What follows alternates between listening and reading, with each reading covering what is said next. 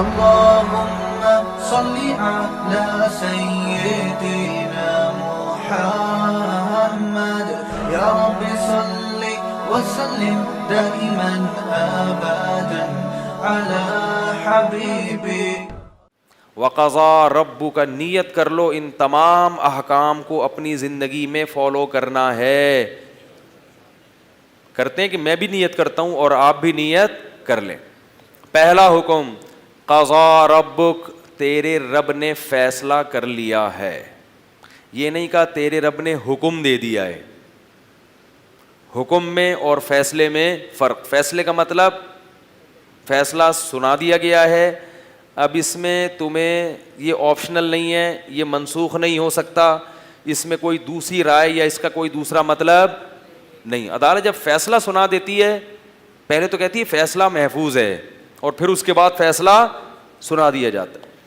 ہاں جب چھوٹی عدالت فیصلہ سناتی ہے تو بڑی عدالت میں کیس جا سکتا ہے. ہائی کورٹ سنائے گی تو سپریم کورٹ میں اپیل کر سکتے ہیں. لیکن یہ جو رب نے فیصلہ سنایا ہے، اللہ کہتے ہیں تمہارے رب نے، کیا مطلب یہ فیصلہ اس سے بڑی عدالت میں اپیل کے لیے نہیں جا سکتا، کیونکہ تیرے رب کا ہے جو اس کائنات کا رب ہے، اس سے بڑی کوئی عدالت ہے ہی نہیں. وہ فیصلہ کیا اللہ نے سنایا ہے، یہ پلاٹ تمہارا ہے کیا سنا ہے فیصلہ اللہ نے، یہ پلاٹ تمہارا ہے یا روزانہ اتنے پیسے کمایا کرو، کچھ بھی ہو سکتا تھا نا. فرمایا اللہ تعبدوا الا اللہ، عبادت صرف کس کی ہوگی؟ توحید. اور دوسرا فیصلہ وبالوالدین احسانا، والدین کے ساتھ اچھا سلوک کرنا پڑے گا، یہ رب کا فیصلہ ہے، اس میں کوئی دوسرا آپشن نہیں ہے. اس میں لیت و لعل سے کام نہیں لے سکتے. میرے باپ نے مجھے تکلیف دی، میری ماں نے مجھ سے ایسا سلوک کیا، میں نہیں، بوڑھے ہو گئے مجھ سے پلتے نہیں ہیں، کھانستے ہیں، ٹی وی کی بیماری پھیل رہی ہے ان سے، ایکچولی مجھے اپنے بچوں کو بھی دیکھنا ہوتا ہے اور میں جناب جاب بھی کرتا ہوں اور اتنے سارے کام ہیں، ابا کو میں اگر اولڈ ہاؤس میں جمع کرا دوں تو کیا جا رہا ہے اس میں؟ اولڈ ہاؤس میں جمع کرنا اچھا سلوک ہے ان کے ساتھ؟ بعض لوگوں کی نظر میں اچھا ہے، بعض لوگ کہتے ہیں کہ ان کی وہاں کیئر زیادہ اچھی ہو سکتی ہے. تو یاد رکھو وَزَيَّنَ لَهُمُ الشَّيْطَانُ أَعْمَالَهُمْ، قرآن کہتا ہے کہ شیطان کسی بھی برائی پہ اچھائی کا لیبل لگا کے اس کو مزین کر دیتا ہے. یہ شیطانی کام ہے. اس سے بڑی باپ کی اور ماں کی کوئی توہین نہیں ہے کہ بڑھاپے میں آپ ان کو اپنے آپ سے جدا کر دو. بعض لوگ یہ کہتے ہیں کہ ہمارے ابا اماں نے کون سا اپنے ابا اماں کے ساتھ کوئی اچھا سلوک کیا تھا، انہوں نے نہیں کیا، وہ قیامت میں جواب دیں گے آپ کو کرنا پڑے گا. کیسے سمجھائیں یار؟ اس میں آپ کے پاس کوئی دوسرا اختیار، دوسرا آپشن نہیں ہے. قضا کا لفظ ہے نا. عجیب بات ہے، قرآن نے جہاں بھی باپ اور ماں کے حکام بیان کیے، کہیں قضا کا لفظ، کہیں وصیت کا لفظ. حکم کا لفظ نہیں ہو رہا، وصیت. وصیت کا کیا مطلب ہوتا ہے؟ جب کوئی شخص دنیا سے جاتا ہے تو جاتے ہوئے جو آرڈر دے کے جاتا ہے اس آرڈر کو کیا کہا جاتا ہے؟ وصیت. ہوتا وہ بھی حکم ہے. بھائی جب کوئی مر رہا ہو تو کہتے نا بچوں یہ والا اس کو دے دینا، وہ فلانی کو فارغ کر دینا ہے ٹھیک ہے نا. ابا یہ بھی کہتے ہیں کہ بیٹا میں نے، میری چاہت تھی تم وہاں شادی کرنا میری بھتیجی سے، تو میں جا رہا ہوں، تم بیٹا وہیں شادی کرنا اور تم چمونی آپا کا خیال کرنا. یہ سب ہوتی ہیں نا باتیں. اور اس کے بعد چلے گئے. اب لوگ بڑا خیال کرتے ہیں یہ میرے ابا کی آخری وصیت تھی، اب تو میں یہ ساری باتیں پوری، یہ تو میرے ابا کی آخری کیا تھی؟ وصیت تھی. تو میت جب دنیا سے چلی جاتی ہے تو اس کو انسان اس کی چاہتوں کو پورا کرنے کی فکر کرتا ہے. تو وہ احکام جو پہلے دیے ہوں ان کو اتنی اہمیت نہیں، جو عین مرنے سے پہلے کہے ہوں ان کو بہت زیادہ اہمیت دی جاتی ہے. ایک تو یہ وصیت میں اور عام حکم میں یہ فرق ہے کہ وصیت کو بہت زیادہ اہمیت بولو بھائی دی جاتی ہے. دوسری عام حکم میں اور وصیت میں فرق یہ ہے کہ وصیت منتخب احکام کی ہوتی ہے. یعنی جب آپ مرنے لگتے ہیں تو ایسا نہیں کہ بہت ساری باتیں اپنے اولاد سے کریں. آپ کو پتا ہے ابھی ٹائم میرے پاس کم ہے, سلیکٹڈ بہت ہی خاص خاص باتیں. یہ نہیں کہیں گے اب بیٹا میں مر جاؤں تو وہ دیکھو کوفتے رکھے ہوئے فریج میں خراب نہ ہو جائیں, کھا لینا. وہ ہے بھائی, یہ بھی تو جب آپ سفر پہ جا رہے ہوتے ہیں بتاتے ہیں نا بیٹا فریج میں کوفتے رکھے ہوئے ہیں, مرغی کے انڈے کہیں خراب نہ ہو جائیں. اور ہاں وہ تمہاری نانی دیسی گھی لے کر آئی تھی, وہ کھا لینا ورنہ پڑوسیوں کو دے دینا. یہ عام نارمل احکام ہوتے ہیں. مرتے ہوئے آپ اس قسم کی باتیں سلیکٹڈ احکام ہوتے ہیں جو بہت اہم, جو آپ کی نظر میں سب سے زیادہ امپورٹنٹ ہوتے ہیں, سب سے زیادہ اہم. بڑی بڑی باتیں, جائیدادوں کے مسئلے, کہیں خون خرابہ نہ ہو اولاد میں, اس قسم کی چیزیں. تو اللہ, اچھا دو فرق ہو گئے وصیت میں اور عام حکام میں. تیسرا فرق, وصیت میں منسوخ ہونے کا احتمال. بھائی میں نے آپ کو جیتی جاگتی حالت میں کوئی حکم دیا, یار یہ کر لو, یار یہ کر لو, یوں کر لو, اس کے بعد میں آپ کو منع بھی تو کر سکتا ہوں نا. لیکن مرنے والا مرنے سے پہلے جو باتیں کر کے جاتا ہے اس میں ریورس گیئر, وہ اس میں رجوع کا امکان نہیں ہوتا. تین فرق ہیں, ایک عام حکم میں اور کس میں, وصیت میں. تو اللہ کہہ رہا ہے وَوَصَّيْنَا الْإِنسَانَ بِوَالِدَيْهِ, ہم انسان کو والدین کے لیے وصیت کر رہے ہیں کہ ان کے ساتھ اچھا سلوک کرو. کیا مطلب؟ عام حکم کی طرح حکم نہیں ہے. نمبر ایک, بہت اہمیت کے ساتھ بیان کر رہا ہوں. نمبر دو, میں نے بہت سارے احکام جو سلیکٹڈ احکام ہیں جو میں نے قرآن میں دیے ہیں, ان میں سے اس موقع پر سب سے اہم ترین حکم کو سلیکٹ کر کے تمہارے سامنے بیان کر رہا ہوں. اور تیسری بات, اس حکم کے منسوخ ہونے کا امکان, یہ چینج نہیں ہو سکتا. قرآن میں بہت سے احکام ہیں جو خود اللہ نے چینج کر دیے, یہ والا چینج. شراب کا حکم آیا کہ صرف نماز میں نہیں پیو, باقی پی سکتے ہو, اجازت دی, پھر بعد میں باقی بھی کیا کر دی, منسوخ کر دی, بالکل ہمیشہ کے لیے حرام کر دیا. عورت کی عدت پہلے 2 سال ہوا کرتی تھی, قرآن نے اس کو بیان کیا, مگر اسلام نے پھر وہ عدت منسوخ کر کے 4 مہینے 10 دن کر دی. اتنی لمبی عدت نہیں ہوگی. اور اس کی بڑی مثالیں ملتی ہیں. روزہ پہلے آپشنل تھا, رمضان میں کہا کہ روزہ رکھو, چاہے تو فدیہ دے دو. بعد میں کہا فمن شہید منکم الشہر فلیصم, اب رمضان کا مہینہ پایا تو روزہ رکھنا پڑے گا. فدیہ صرف بیمار آدمی دے سکتا ہے. تو لیکن وصیت کے لفظ نے بتا دیا کہ والدین کے ساتھ حسن سلوک والا حکم چینج, بولو بھائی, نہیں ہو سکتا. تو قضا کا لفظ بھی کہ فیصلہ کر دیا, یہ فیصلہ ہو گیا. اب نہیں, فیصلہ ہوتا ہے بڑے دلائل سننے کے بعد, بہت غور و فکر کے بعد جا کے آخر میں جو فیصلہ ہوتا ہے. تو اللہ فرماتے ہیں گویا یہ میں نے فیصلہ کر دیا ہے, اب اس میں تم جتنے بھی دلائل دو گے نا اس کے خلاف, وہ دلائل کالعدم ہیں. گویا کہ میں پہلے وہ سب چیزیں سوچ چکا ہوں, گویا اب ساری چیزیں پہلے. اللہ کو تو سوچنے کی ضرورت نہیں, ایک مثال ہے. تو قضا ربک الا تعبدوا الا ایاہ وبالوالدین احسانا. تو اس لیے بھائی ابھی سے عزم کرو کہ والدین کو بڑھاپے میں اپنے سینے سے لگانا ہے, سمجھ رہے ہو. اور والدین اگر اپنے بچے کو, بچہ معذور پیدا ہو تو کیا والدین اس کو ادی سینٹر میں جمع کراتے ہیں؟ ہے بھائی, بیمار ہو کیسا لیے پھرتے ہیں, کتنے پریشان ہوتے ہیں. تو اب وہ بوڑھے ہو گئے, آپ جان چھڑانے کے چکر میں لگے ہوئے ہو, بڑی بدبختی کی بات ہے. تو فرمایا قضا ربک الا تعبدوا الا ایاہ وبالوالدین احسانا. اما, پھر اللہ نے اس احسان کی کچھ تشریح بیان کی ہے, کیونکہ لوگ عموماً والدین پہ خرچ تو کر ہی دیتے ہیں. اتنا تو ہمارے معاشرے میں الحمدللہ بھی یہ رواج ہے کہ ابا کو پیسوں کی ضرورت ہے, بیٹا دے دیتا ہے, یہ لو ابا, یہ اماں پیسہ لے لو. مسئلہ ہے اخلاق کا, چلتی نہیں ہے گھر میں والدین کی, چلتی کس کی ہے؟ اولاد جو ہے نا یہ گھر میں کیا بنی ہوئی ہے؟ باپ بنی ہوئی ہے. کیا بنی ہوئی ہے؟ باپ. اور یہ حدیث سے ثابت ہے کہ قرب قیامت میں باندی تلید الامۃ ربتہا, باندی اپنے آقا کو جنے گی. یعنی عورت جو جس کو پیدا کرے گی نا وہ عورت کا کیا ہوگا؟ مالک ہوگا. یعنی آپ کو فرمانبردار ہونا چاہیے تھا, آپ کیا ہو جاؤ گے؟ الٹے باپ بن جاؤ گے. میرے پاس بعض ایسے کیسز آتے ہیں, اللہ کی قسم دیکھنے سے ایسا لگتا ہے کہ یہ جو بیٹا ہے نا یہ غلطی سے پہلے بعد میں پیدا ہو گیا, ابا غلطی سے پہلے پیدا ہو گئے, ابا کو بعد میں پیدا ہونا چاہیے تھا بیٹے کو, یعنی اسٹائل ایسا ہے ان کا.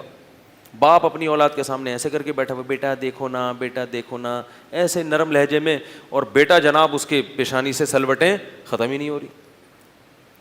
تو میں سوچتا تھا کہ جب میرے سامنے ہی ان کے ابا اپنے بیٹے سے اتنے نرم لہجے میں بات کر رہے ہیں کہ کہیں یہ جو صنف نازک ہے ان کو تکلیف نہ ہو جائے, تو گھر میں کیسے بات کرتے ہوں گے یہ؟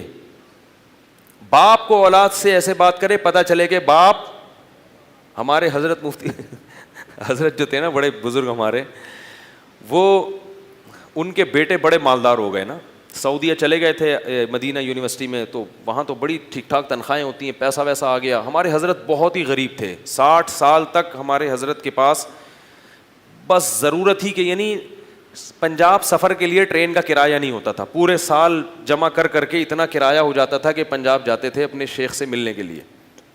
بہت غربت میں وقت گزارا ہے 60 سال تک, لیکن ایسے خوش رہتے تھے اور دیکھنے میں ایسے لگتا تھا جیسے ان سے بڑا سیٹھ کوئی دنیا میں ہے ہی نہیں, ایسا لباس اور شان اور ایسا خوش. تو ظاہر ہے دینداری کی وجہ سے اللہ دل کو خوش رکھتے ہیں کہ لوگ ان سے آ کے قرضے مانگتے تھے, تو بہت بڑے سیٹھ ہیں یہ. تو حضرت کے بیٹے جو ہے نا وہ باہر چلے گئے, ان کو بڑا پیسہ آ گیا, پھر اللہ نے حضرت کو وراثت دی, زمینیں بکیں, اس زمینوں کی وجہ سے حضرت کے پاس پیسہ, پھر بڑی آخر عمر میں بڑی دولت کی ریل پیل ہوئی. تو حضرت کے بیٹوں نے ایک گاڑی خریدی بڑی خاندانی. تو حضرت نے فرمایا کہ میرے بیٹوں نے جب گاڑی خریدی تو مجھے خیال آیا کہ میں ان سے زیادہ مہنگی گاڑی خریدوں گا تاکہ پتہ چلے کہ باپ میں ہوں. کہیں ان کی گاڑی کو دیکھ کے لوگ یہ نہ سمجھیں کہ باپ کون ہے, یہ تو باپ کون ہے, میں ہوں. کہا میں گیا. پھر جو دیندار لوگ ہوتے ہیں نا وہ پیسہ خرچ کرتے ہیں, بچا بچا کے نہیں رکھتے. وہی پیسہ ہے, جب اللہ نے دیا ہے تو اچھی گاڑی رکھو, اچھے کپڑے پہنو, اچھی سواری رکھو. تو وہ گئے گاڑی لینے کے لیے. تو حضرت فرماتے ہیں میں گاڑی لینے کے لیے جب گیا تو شو روم میں نے کہا بھائی گاڑی دکھائیں. انہوں نے مولوی صاحب کی شکل دیکھ کے بولا کہ کیا گاڑی, چھوٹی موٹی ایف ایکس دکھا دو ان کو. تو انہوں نے فرمایا کو گاڑی دکھاؤ یار. تو حضرت کا پھر اسٹائل ہی الگ تھا. تو وہ کہنے لگے یہ آپ کی رینج کتنی ہے؟ حضرت فرمایا رینج کو چھوڑیں, گاڑی دکھائیں گاڑی. کئی دفعہ جب ایسا ہوا نا, حضرت کے بیٹے بھی ساتھ تھے جب بھی حضرت گاڑی خریدنے کے لیے گئے, تو وہ بھی یہ چاہ رہے تھے کہ ابا کی گاڑی ایسی ہو کہ دیکھنے میں ابا کیا لگیں, ابا لگیں کہ یہ ابا ہیں اور یہ کیا ہے. آج بیٹے کے پاس اتنی لگژری گاڑی ہوتی ہے اور ابا موٹر سائیکل پہ جا رہا ہوتا ہے. کتنے افسوس کی بات ہے یار, کتنے افسوس کی بات. تو بھائی ان کو بھی کچھ اچھا پہناؤ. بولے جب اللہ نے مجھے دیا تو آپ, نبی صلی اللہ علیہ وسلم نے فرمایا انت و مالک لابیک, تم بھی, تمہارا مال بھی تمہارے باپ کا ہے. اگرچہ باپ زبردستی نہیں لے سکتا اولاد سے, اس حدیث کا یہ مطلب نہیں ہے کہ مالکانہ حقوق حاصل ہو گئے, یہ ایک اخلاقیات ہیں, تربیت دی جا رہی ہے. اور مسئلے کی روح سے باپ اگر خود کفیل ہے اور اپنے خرچے بھرپور طریقے سے پورے کر سکتا ہے تو پھر اولاد پر باپ پر خرچ کرنا واجب نہیں ہے.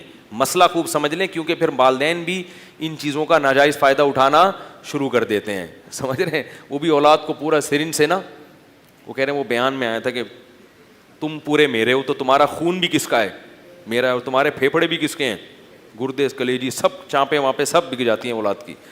تو اس لیے شریعت نے ہر ایک کی ملکیت کا خیال رکھا ہے کہ آپ کسی کی ملکیت میں اس کی اجازت کے بغیر تصرف نہیں کر سکتے.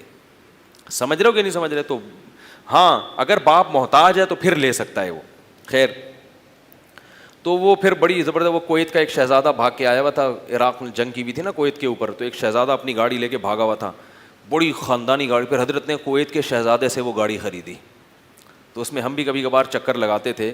تو حضرت کا اصول یہ تھا کہ گاڑی میں جب بھی پیٹرول ڈالو تو ٹینکی کو فل کرو. یہ جو چھچور پنا ہے نا 50 روپے کا 100 روپے کا, اس سے بڑی نفرت تھی ان کو, اس لیے کہ جب خود ہی چلانی ہے گاڑی تو بعد میں بھی تو ڈالنا ہی ہے نا. یہ بھی کنجوس ہونے کی علامت ہوتی ہے, کنجوس ہونے کی علامت. بھائی جب خود چلانی ہے تو ایک دفعہ بھروا لو اس کو. تو کہتے ہیں جب میں پیٹرول پمپ پہ لے کے جاتا تھا تو وہ ٹینکی بھرتی نہیں تھی, وہ مڑ مڑ کے دیکھ رہے ہوتے بھائی یہ ٹینکی ہے کیا ہے یہ. ہاں اگر آپ کی بائک یا گاڑی محلے والے استعمال کر رہے ہیں تو پھر 50 روپے سے زیادہ نہ ڈالیں, کیونکہ مجھے تجربہ ہے, بہت سے لوگ گاڑیاں لے جاتے ہیں, بائکیں لے جاتے ہیں, پیٹرول سارا آپ کے کھاتے میں, تو ٹینکی بھرو گے تو پھر یہ ہو جائے گا. اور ویسے بھی کوشش یہ کرنی چاہیے کہ اپنی چیزیں استعمال ہوں. وہ ایک آدمی تھا, لوگ اس نے بائک خریدی تو لوگ اس کے پاس آتے کہتے ہیں یار بائک مل جائے گی, پیٹرول میں خود ڈال دوں گا. وہ بیچارہ شرمندہ ہوتا کہ پیٹرول بھی یہ خود ہی ڈال رہا ہے تو میں کس منہ سے منع کروں, لے جا بھائی ڈال دینا. پھر تھوڑی دیر میں کچھ یار کوئی بائک مل جائے گی پیٹرول ڈال دوں گا میں, لے بھائی. پھر کوئی تیسرا آتا, مولوی بھائی صاحب ذرا بائک مل جائے گی پیٹرول ڈال دوں گا. جب اس کی بائک کی ایسی کی تیسی ہونا شروع ہوئی, لوگ پیٹرول تو ڈال رہے ہیں, تو ایک دن ایک آدمی آیا کہنے لگا بھائی بائک مل جائے گی پیٹرول ڈال دوں گا. یہ ایک ڈبہ لے کے آیا, بولا اس میں پیٹرول ڈال کے چلا لو. کہا پھر بائک صرف پیٹرول سے نہیں چلتی, اور بھی چیزیں اس کی استعمال ہوتی ہیں. اگر صرف پیٹرول ہوتا نا تو ڈبے میں پیٹرول ڈال کے چلا لو اس کو. تو حکم دیا کہ اما یبلغن عندک الکبر احدہما, دونوں میں سے کوئی ایک یا دونوں بڑھاپے کو پہنچ جائیں. مسائل تو بڑھاپے میں شروع ہوتے ہیں سارے. فلا تقل لہما اف, بڑھاپے میں طبیعت ہو جاتی ہے چڑچڑی, برداشت ہو جاتی ہے ختم. سب کے ساتھ ہوتا ہے ایسے, بڑھاپے میں انسان کے اعصاب کمزور ہو جاتے ہیں, بات بات پہ غصہ آتا ہے اس کو. تو اللہ فرماتے ہیں کہ ان کو اف نہیں کہنا ہے. اف کا لفظ اس لیے ذکر کیا کہ اس سے اف سے کم کوئی تکلیف کی چیز ہی نہیں ہے. اف سے کم کوئی تکلیف کا کوئی لفظ ہی نہیں ہے نا. تو اف بھی مت کرو, ولا تنہرہما, اور ان کو جھڑکنا نہیں ہے. ہوں اس طرح کر کے جو بات کی جاتی ہے نا, جھڑکنا نہیں ہے. ولا تنہرہما وقل لہما قولا کریما, اور جب بھی بات کرنی ہے تو عزت والی بات کرنی ہے. ان کو کریم کہتے ہیں ریسپیکٹ دینا کسی کو, قول کریم یعنی ایسی اس طرح سے بات کرنی ہے جس سے یہ اندازہ ہو کہ آپ ان کو عزت دے رہے ہیں. آج اولاد پڑھی لکھی ہو جاتی ہے, والدین بیچارے گنوار ہوتے ہیں, کم علم ہوتے ہیں, تو اولاد پھر اپنے آپ کو زیادہ فنٹر بننا شروع. اور بہت سے تو میں نے ایسے ہی نالائق بھی دیکھے ہیں کہ ان کو اپنے ابا کا تعارف کرواتے ہوئے شرم آ رہی ہوتی ابا کو ملنے, کہ لوگ کیا بولیں گے یہ تمہارے ابا ہیں. بھائی جو بھی ہیں اللہ نے بنا دیے, فخر سے ملایا کرو بھائی یہ ہیں اور میرے لیے قابل احترام ہیں, یہ میری اماں ہیں اور یہ میرے کیا ہیں ابا ہیں, یہ میرے لیے قابل احترام ہے. اور لوگوں کو بھی خیال کرنا چاہیے کہ کسی کی موجودگی میں اس کے باپ کو برا مت کہیں, اس کا مذاق مت اڑائیں چاہے وہ کیسا ہی ہو. یہ بہت بڑی توہین ہے اولاد کے لیے کہ آپ اس کی موجودگی میں اس کے باپ کا مذاق اڑاتے ہیں. تو فرمایا کہ وقل لہما قولا کریما واخفض لہما جناح الذل من الرحمہ, اور رحمت سے اپنے ذلت کے بازوؤں کو جھکا کے رکھو, اور پھر ان کے لیے دعائیں بھی کرو. وقل رب ارحمہما کما ربیانی صغیرا, اے اللہ ان پر ایسے رحم فرما جیسے انہوں نے مجھ پر اس وقت رحم کیا جب میں بچہ تھا. کیسی ماں اپنے بچوں کو پالتی ہے, کیسا محبت دیتی ہے, اور بیٹا بڑا ہو کر کیسے بھول جاتا ہے ماں. بچپن میں ایک ایک سیکنڈ کے لیے ماں کا محتاج ہوتا ہے. تھوڑی دیر کے لیے ماں شارٹ ہو جائے, امی کہاں ہیں. ہمیں یاد ہے ہم جب اسکول سے گھر آتے تھے نا تو سب سے پہلے امی چاہیے ہوتی تھی. چوتھی پانچویں کلاس میں لوگ کہتے تھے ابو ہیں آ رہے ہیں, ان کے نہیں ابو نہیں چاہیے. بچپن میں کردار ماں کا, بڑے ہو کر پھر ابو کی ایک الگ ویلیو بن جاتی ہے. بچپن میں کون چاہیے, ماں چاہیے, کیونکہ جو ماں سینے سے لگاتی ہے, جو محبت دیتی ہے وہ باپ بچپن میں دے. باپ تو سہارا دیتا ہے کہ چھت میسر کر دیتا ہے, اور ماں کو عزت کے ساتھ اولاد کو پالنے کا موقع دیتا ہے. لیکن مانوس بچہ کس سے ہوتا ہے, کیونکہ جو ٹوٹ کے محبت ماں کرتی ہے وہ باپ کر ہی نہیں سکتا نا بچپن میں. وہ اللہ نے ماں کو جو اس قسم کی جذباتی محبت دی وہ باپ میں, باپ کی محبت ہوتی ہے کافی سوچنے سے سمجھ میں آتی ہے وہ, ٹھیک ہے نا. آدمی کافی سوچتا ہے تو اندازہ ہوتا ہے یار اس میں بھی ہے, سب محسوس ہو رہا ہے کہ ابا بھی محبت کرتے ہیں. جذباتی نہیں ہے نا وہ. ماں ایک دم رونا دھونا اور ایک دم ایک ایک سیکنڈ کے لیے ماں کا محتاج ہوتا ہے, ایک ایک سیکنڈ کے لیے. تو بڑے ہو کر کیسے غائب ہوتے ہیں یار, دوسرے ملکوں میں چلے جاتے ہیں, فون بھی نہیں کرتے ماؤں کو.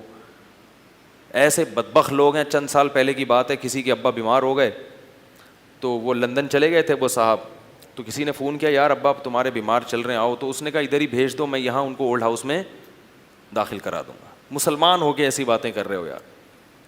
تو اور اللہ نے یہ بھی فرمایا کہ ان تکونوا صالحین, کتنی دیکھو دین فطرت ہے. اللہ کو معلوم ہے کہ والدین کے ساتھ 100% یہ حقوق ادا نہیں ہو سکتے, کیونکہ رہنا 24 گھنٹے ساتھ ہوتا ہے, تو اونچ نیچ بہرحال ہوگی.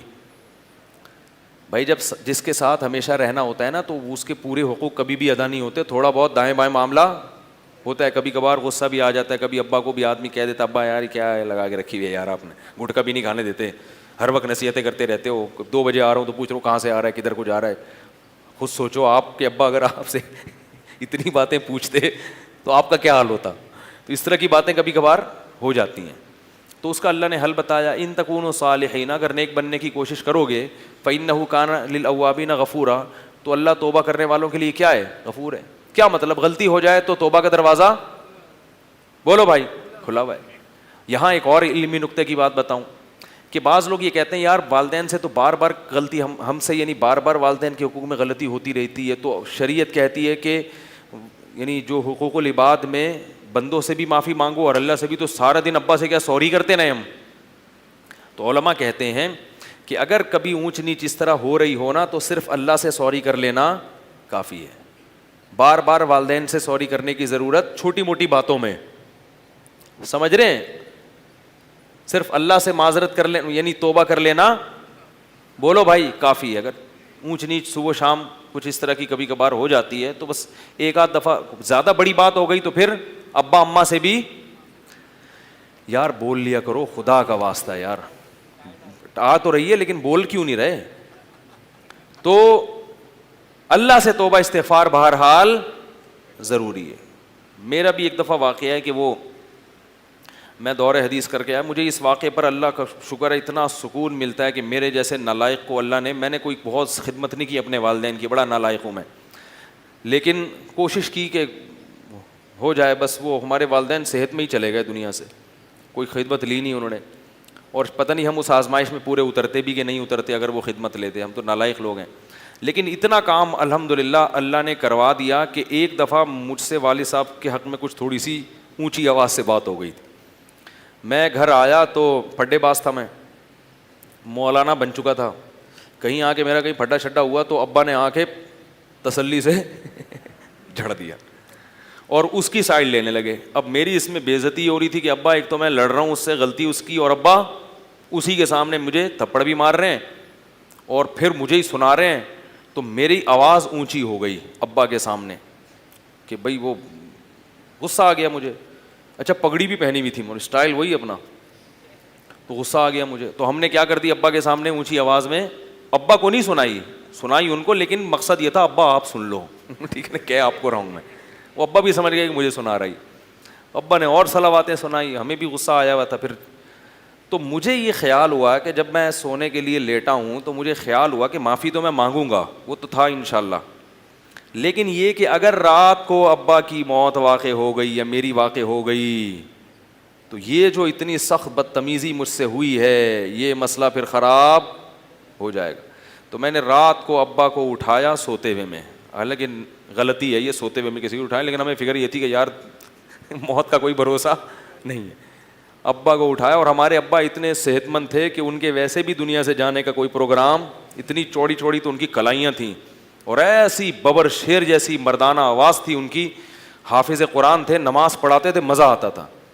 لیکن بس وہ اللہ سے بار بار دعا مانگتے تھے مجھے کسی کا محتاج نہ کرنا, تو اللہ نے ان کو ایسے ہی چلتے پھرتے ہی اٹھایا. تو میں نے اٹھا کے رات کو معافی مانگی تو بڑے خوش ہوئے, بڑی الحمدللہ انہوں نے دعائیں دیں, اور اللہ کی قدرت کے تھوڑے دنوں میں اچانک ان کا انتقال ہو گیا.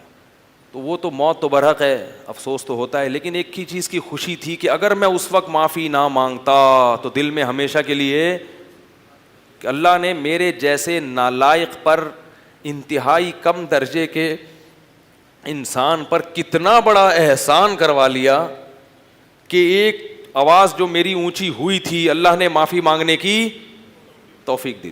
بہت اللہ کا شکر ادا کرتا ہوں. ویسے تو ہم کوئی اتنے خدمت گزار نہیں تھے, اور کچھ نہیں تھا, لیکن چلو بدتمیز بھی نہیں تھے نا, یہ بھی بڑی غنیمت ہے کہ اللہ نے کس سے بنا لیا, بدتمیزی سے بچا لیا. تو میں سمجھتا ہوں کہ شاید اللہ جو ٹوٹا پھوٹا مجھ سے کام لے رہا ہے وہ اسی کی برکت ہے کہ اپنے بڑوں سے اگر کبھی اونچ نیچ ہو گئی تو ہم نے سوری کرنے میں الحمدللہ کنجوسی سے کام بولو بھائی نہیں لیا. بس اتنا ہے, یہ نہیں کہ ہم کو بہت خدمت گزار یا ہر وقت جی حضور میں لگے رہے. ہو گئی تو سوری کرنے میں کنجوسی سے کام. ویسے جو نیک لوگ ہوتے ہیں وہ تو بچاتے ہیں اپنے آپ کو ان چیزوں سے, کہ وہ اس یہاں تک نوبت پہنچتی نہیں ہے. تو اس لیے میرے بھائی اللہ نے بہت بڑا حق بیان کیا, اور اللہ نے قرآن میں کیا کہہ دیا. اور یہ چیزیں بھی ہم نے مولویوں سے ہی سیکھی تھیں, اسکول کالجز نے ہمیں بدتمیز بنایا تھا. نہیں آ رہی میرے خیال بات. جب میں کالج میں گیا ہوں تو جو تھوڑی بہت تمیز ہم نے گھر میں سیکھی تھی وہ سب کیا ہو گئی, تیل ہو گئی. تعلیم تو آئی مگر بدتمیزی بھی. تو مدرسے میں گئے تو پھر یہ چیزوں کا خیال آیا کہ بھائی یہ غلط ہے. کالج میں باتیں کس قسم کی ہوتی تھیں. کالج میں ہم NCC کی ٹریننگ نہیں ہوتی تھی پہلے, فوجی ٹریننگ ہوتی تھی, اس وہ ٹریننگ کر رہے تھے. تو ایک لڑکا ہمارے ساتھ بیٹھا ہوا پریڈ میں, دوسرے سے کہہ رہا ہے ابے یار میں جب بھی گھر جاتا ہوں میرے ابا مجھے چھیڑتے بہت ہیں. دوسرا کہتا ہے بھائی تو نے ایسے ابا پالے ہوئے کیوں ہیں. یہ کالج میں باتیں ہو رہی. تو بچہ کیا سیکھے گا, تو یہی سیکھے گا آزاد خیال آزاد. تو جب مدرسے گئے ہیں ہمارے گھر کا ماحول بدتمیزی والا نہیں تھا الحمدللہ, لیکن کالج میں جا کے سب تیل ہو جاتا. میں یہ نہیں کہہ رہا کالج نہ پڑھیں, مگر کالج پڑھیں تو ساتھ ساتھ علماء سے تعلق بھی رکھیں, وہ بھی ضروری ہے. لیکن ساتھ ساتھ تہذیب سیکھنا بھی, علماء سے تعلق مطلب مجھ سے رکھیں. میں خود سیکھنے کا محتاج ہوں بزرگوں سے. تو میں تو آپ کو تھوڑی ایک گائیڈ کر رہا ہوں کہ علماء سے اہل اللہ سے جا کے تعلق رکھو. ہمیں خود بھی کنٹرول نہیں ہے اپنے اوپر. لوگ مجھے کہتے ہیں بہت اچھے اخلاق ہیں, کبھی آپ معاملہ پڑھے تو پتہ چلے گا آپ کتنے اچھے اخلاق ہیں. سیدھی سی بات ہے, ہم تو ٹکا دیتے ہیں بھائی, ٹھیک ہے نا, بعد میں سوری کر لیں گے. لیکن اچھا خیر. تو اللہ تعالیٰ نے کیا فرمایا کہ اگر کبھی غلطی ہو جائے فَإِنَّهُ كَانَ لِلْأَوَّابِينَ غَفُورًا, تو توبہ کا دروازہ کھلا ہوا ہے. 10 دفعہ غلطی ہوتی ہے 10 دفعہ توبہ کرو, 100 دفعہ غلطی ہوتی ہے 100 دفعہ توبہ کرو. مفتی طارق مسعود صاحب کے بیانات سننے کے لیے youtube.com/مفتی طارق مسعود کو سبسکرائب کریں. اور اگر آپ لائیو ویڈیو کو کبھی بھی مس نہیں کرنا چاہتے ہیں تو سبسکرائب کرنے کے بعد بیل آئیکن پہ کلک کرنا مت بھولیں. جزاک اللہ.